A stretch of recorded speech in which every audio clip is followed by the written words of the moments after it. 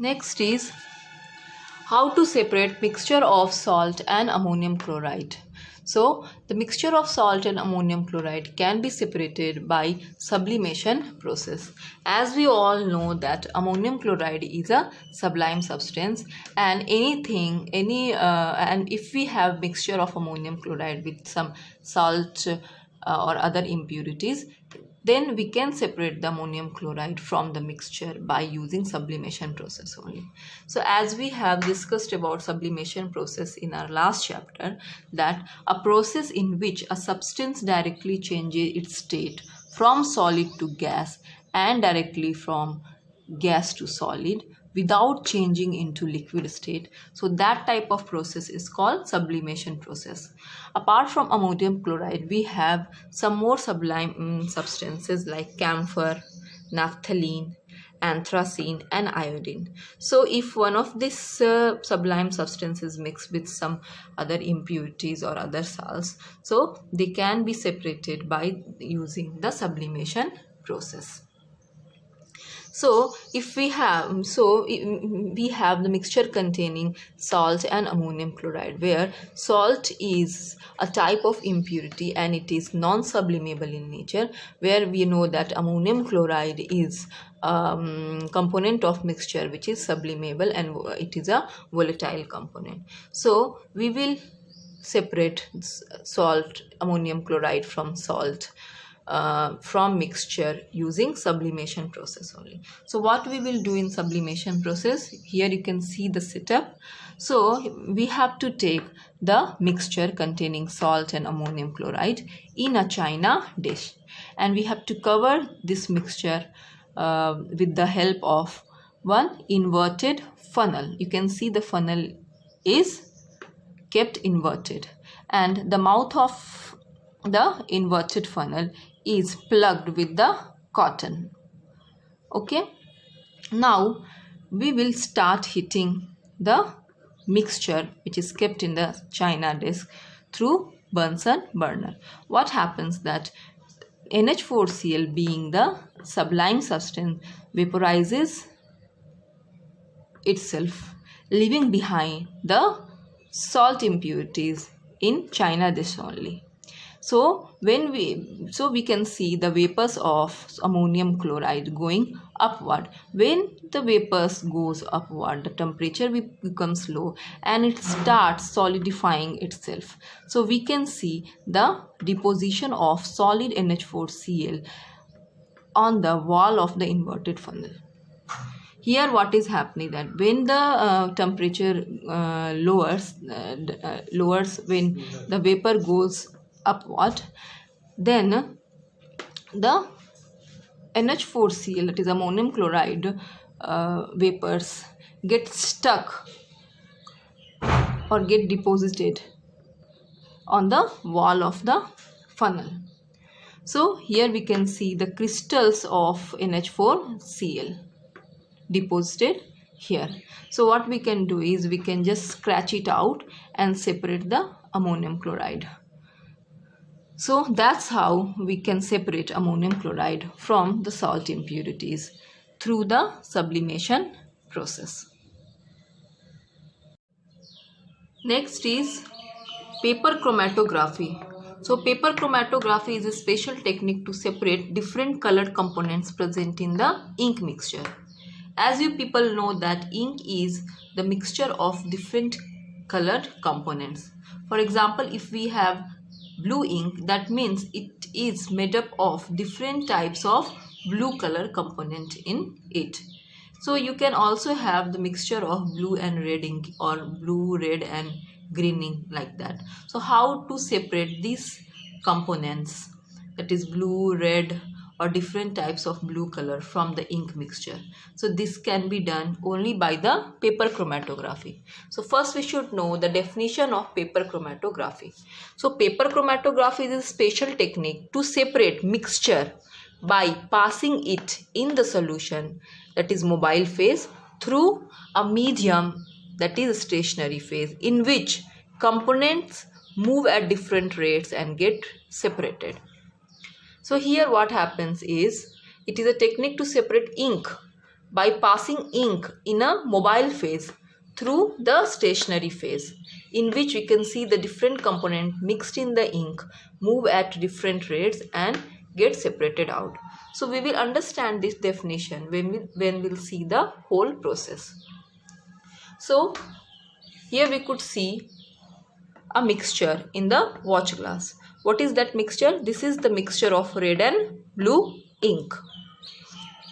Now we have to take one strip of special type of filter paper that is called as Whatman filter paper.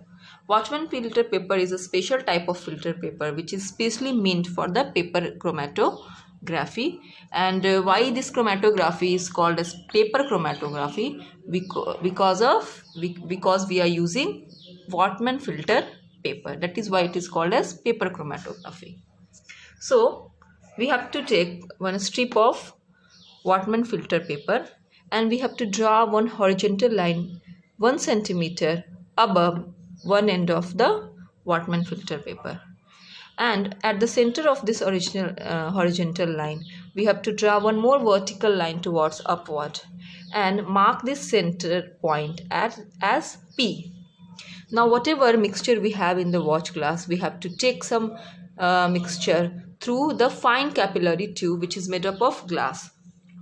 So here we must not use a dropper or anything else. We must use only the fine capillary tube. So with the help of fine capillary tube, we will put some drop of the mixture at the point P. Okay? And we will let this mixture dry for some time.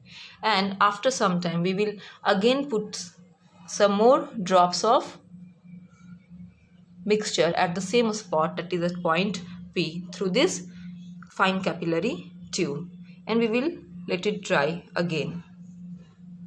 Now whatever we have made is now called as the stationary phase. So now this Whatman filter paper is called as the stationary phase. Now we have to prepare one chromatography chamber. What we have to prepare? A chromatography chamber. So for that we should have one beaker filled little with water. So here water is acting as a solvent here and it is called as the mobile phase. And we have to mark the level of water. Now the Whatman filter paper is clamped inside this beaker or inside this chromatography chamber vertically in such a manner that the pencil line is above the level of water and the mixture or the point P should not submerge in the water. Now we should cover this chromatography chamber and we have to let it undisturbed for some time and we'll record our observation. Now why water as a solvent is called mobile phase and why this stripe of Whatman filter paper is called as the stationary phase? It is because here water get evaporated or travel, water will evaporate or water will travel through this stationary substance or through this filter paper which is kept stationary. So stationary means what? Static. So it is kept as it is. That is why this filter paper is called as the stationary phase. And mobile means movement, moving. Since water is evaporating through this filter paper and water will be seen traveling through this filter paper. So because water is moving through this filter paper, that is why water as a solvent is called as the mobile phase. Now after some time we will see that the level of water has risen till this level. How will recognize water has risen or water has evaporated through filter paper till this level? We can observe the wet area and from that we will come to know that water has risen till some level. And with the rising of the water level we could see little separation of the components of the mixture. So we could see the red and blue color are now getting separated. Okay, when we leave this setup for some time more, then we will see that the rise of the solvent has come till this point, and the rise of the solvent along with the color component of the ink has also happened.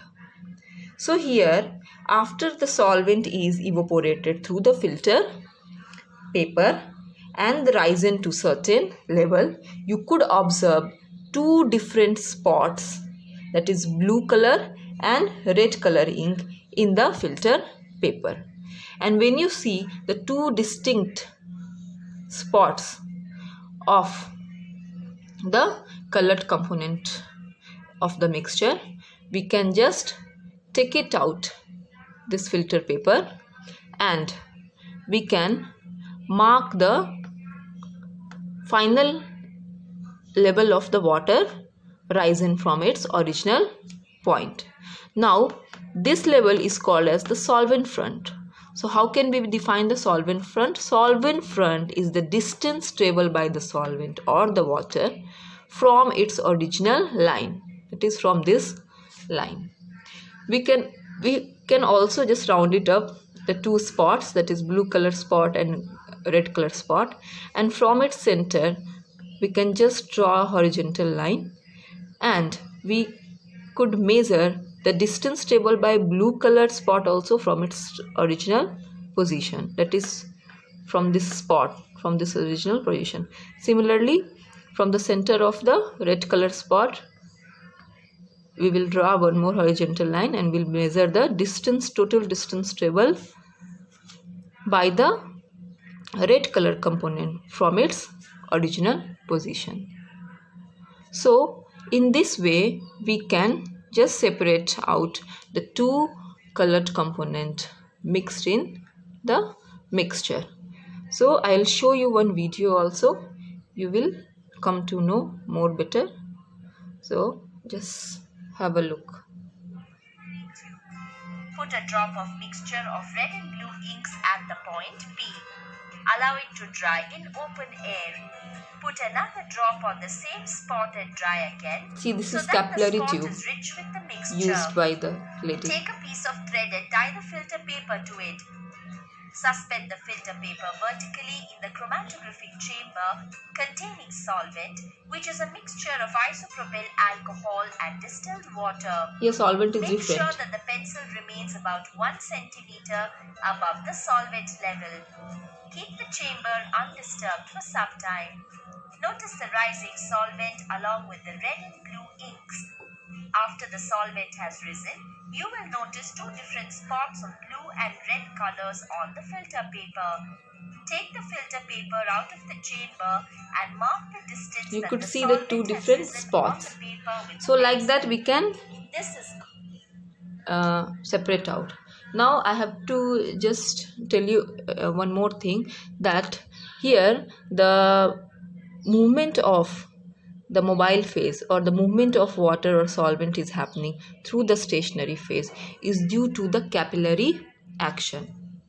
Okay, so this is one of the important technique that is called as paper chromatography technique. So in chromatography, ink which contains different colored components or pigments in it, and those colored components and pigments are all soluble in water. That is why we take the mobile phase or the solvent as water. Okay, so let's say ink contains red, blue and green colored component in it, and these all color component have to be separated out through the chromatographic process. So as per the process, we took some drops of this ink on the filter paper. So as this what happens, that water or the solvent or the mobile phase carries these dissolved color components in the ink as it moves up the filter paper, but the rate of movement of the colored component whatever present, that is red, blue or green color, along with the water is different as all the components of the ink are not equally soluble in the solvent. That is, if you have red, blue and green color, and if red is highly soluble in the solvent, then it moves faster through the filter paper along with the water or along with the solvent. And if blue is less soluble than the red, then it will move little slower with the solvent along through the filter paper than the red color. And if green color component is least soluble, then it moves at the slowest rate through the filter paper as compared to red and blue color component. That is why we say that the color component which is more soluble in the solvent, that is water or the mobile phase, they rises at faster rate on the filter paper than the less soluble colored components in the solvent. So likewise, as just I told you, you can just see the chromatography has happened here, and you can see the three distinct colors where the red color is at top and green color is at the lowest. So why it is so? It is because this shows that the red color component of the ink is highly soluble in water, and when the water arises through the filter paper, it took the red color at a more faster rate than the blue color and the green color. So that shows that green color is less soluble in the solvent or the mobile phase, blue color is less soluble, and red color is highly soluble in the solvent. That is why it moved at a faster rate through the filter paper. Okay. So before going to the next separation method, we will just discuss the question whatever was given you previously as homework in the previous class. And from now onwards, I will discuss all your HW questions in the further classes. Like whatever the homework will be given to you today will be discussed in the next class. So it will go like that only. So we will discuss one by one the questions. The first question is, what do you think has got evaporated from the watch glass? This question is related to the separation of ink from evaporation method. So here what we did, as you could remember, we took some ink in watch glass and we kept it on the mouth of the beaker which was getting heated. So what happens is, you know that ink is a mixture of water and dye. So water as volatile substance get evaporated. So you just have to answer that water molecule from ink has got evaporated. Okay. Now next question is related to the first question only. Is there a residue on the watch glass? What is residue? What is left in the watch glass is called as the residue. What is left in any vessel or in watch glass or anywhere, that is called as the residue. So it is asking that what is left or what is the residue on the watch glass. So from first question we came to know that during evaporation all the water molecules got evaporated, and what is left? Yes, dye is left. The colored components of ink is left. So you should answer in the same way. Yes, there is a residue of dye, that is colored component of ink. Okay? Now third question is,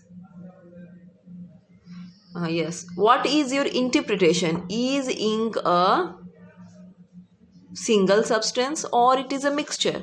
So just now we got to know that ink is not a single substance, but it is a mixture of dye and water.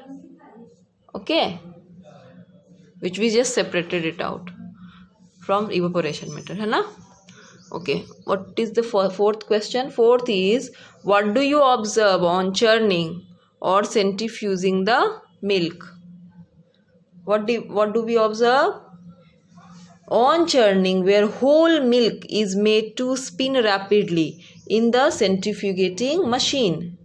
So it is observed that the denser skim milk are forced to remain at the bottom because it is denser. Skim milk is what? Denser. And the lighter cream stay at the top. It start floating on the surface of the skim milk. Okay. So hence the lighter cream, whatever floating over the milk, can be removed. Okay. So this observation is recorded there. Now fifth question is, explain how the separation of cream from milk takes place.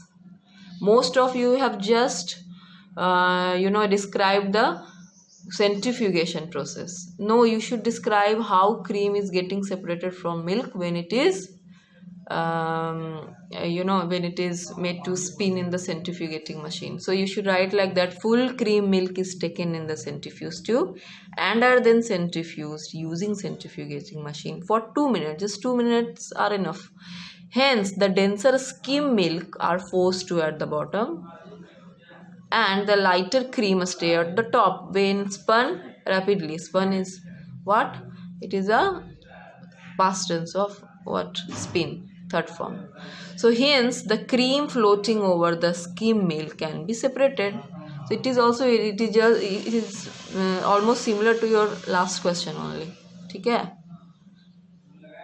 Now what was your sixth question? It is left here only. Sixth question is, what type of mixture is separated by separating funnel? So last class we saw that the separating funnel is an apparatus which is used for separating the immiscible liquids having differences in their densities. That is important. You should also mention the word having differences in their densities. So just write mixture of two or more immiscible liquids having difference in their densities can be separated by the apparatus separating funnel. Okay, the differences in their density is very important because if they have the differences in their density, they can form 2 or 3 distinct layers.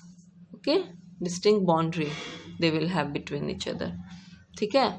Okay, seventh question is, what is an emulsion?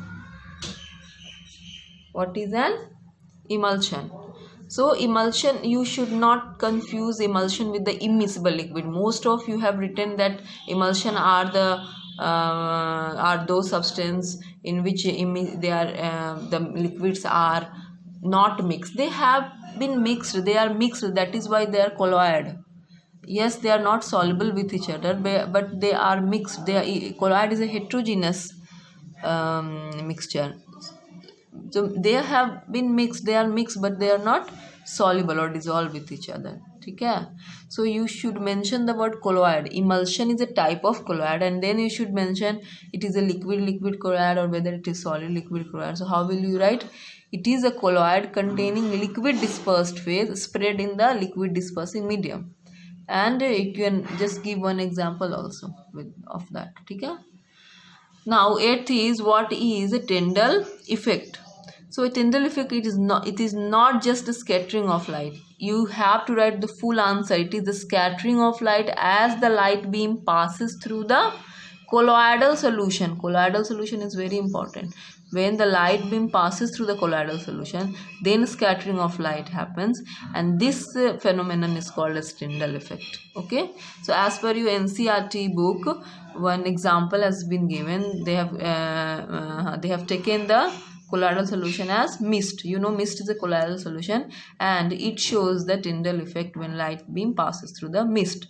How? Because mist contains the dispersed phase. Mist is made up of dispersed phase, that is tiny droplets of water dispersed in the air dispersing medium. So I have written like that: mist contains tiny droplets of water.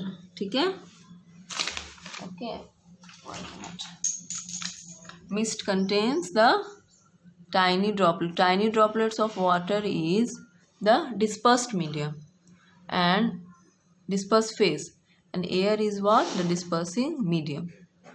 So they are spread with each other, and when the light passes through it, they show the Tyndall effect. The scattering of light occurs.